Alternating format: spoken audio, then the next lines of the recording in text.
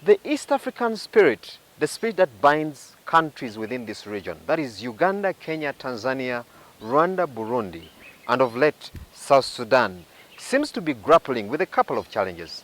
Some are economic, political, but the most important thing is just around now, we were supposed to be looking at political integration, of course after monetary union.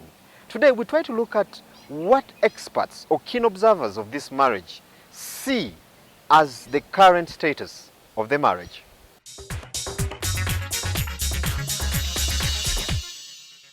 All right, it was good to have you on the show, Money and Markets. You're most welcome. Yeah, thank you very much for the invitation. Now, let's talk matters East Africa or the East African community. How is the marriage going? How is the community? There is a lot to write home about regarding the integration.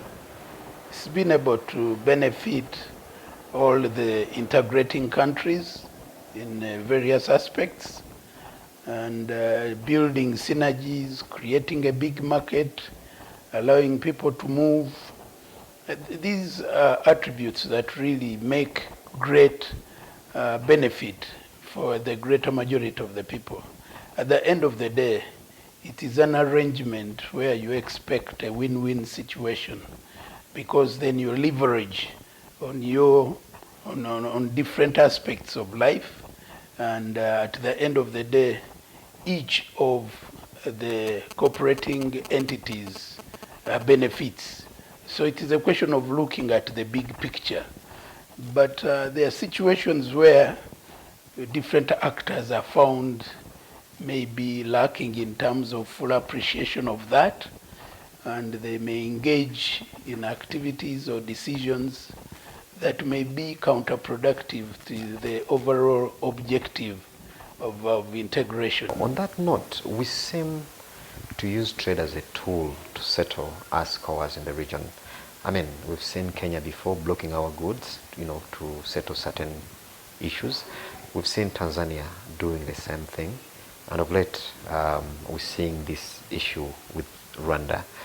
What do you make of this? Yeah, I think there is a challenge that we need to appreciate. You see, when you get political challenges or political issues, ordinarily the best way to engage would be to look for political solutions and be able to get them leveraged and be able to get a better situation. But more often people tend to look at the soft targets because political solutions may not have visible effects that are largely seen and take immediate effect. So from a non-strategic perspective, at such time, people tend to get the easy way out of the problem. Because when you close a border or when you put a trade embargo, the effects are immediate. And at times people feel quite satisfied when they make a statement out of such, because definitely the population is going to raise up in arms and the effects will be largely felt. So there is a tendency to use that. But the overall problem, in my view, is again, not appreciating the reason why you integrate. Because when you do integrate, it means you are subordinating part of your sovereignty to a supranational entity called an integrating area. In our case, it is the EAC. So when you have challenges between and among yourselves, you don't appeal to your sovereignty. So that's where now you find that there are issues, bilateral or multilateral, or bilateral or otherwise, but people want to appeal to the sovereignty level of power. Now, based on that, do you think the major players within the East African community fully appreciate the importance of coming together, of this marriage? Where you see such things happening, that is evidence that to some degree the actors don't fully appreciate the spirit, because the spirit is for purposes of building synergy for the mutual benefits of everyone. Now, such situations are informed motivated and driven by the national interest. Again, following back on the sovereignty issue. What is it? The protectionism is normally what brings that. Because when you open up the market, then open it up for all actors to partake of the same. But you find that we give with one hand and we take away with another. Now, what is the cost of some of these decisions to the East African community? You see, one thing that we need to appreciate is that we are building momentum. First of all, our leaders using the summit, they give impetus and they give direction to the integration agenda.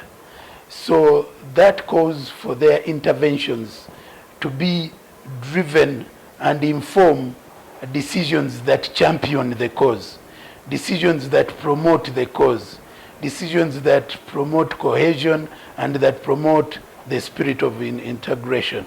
So anything to the contrary sends wrong signals to the population, because the population appreciated and it took on the integration agenda from the viewpoint of the leaders. The leaders provided very good foresight in determining and agreeing that we need to work together. But when situations arise and the leaders take decisions that run counter to that spirit, then there is a social cost in terms of the momentum that has been gained. Because what we need to appreciate is that we are not integrating countries, rather we are integrating people. So by integrating people, our different challenges at leadership level notwithstanding, we should allow the people to go on with their lives unabated. But also in terms of business, there are business people across the region who have lost millions and billions of people because of money, because they are the exporters from the different parts of the region. It's been a pleasure. Thank you.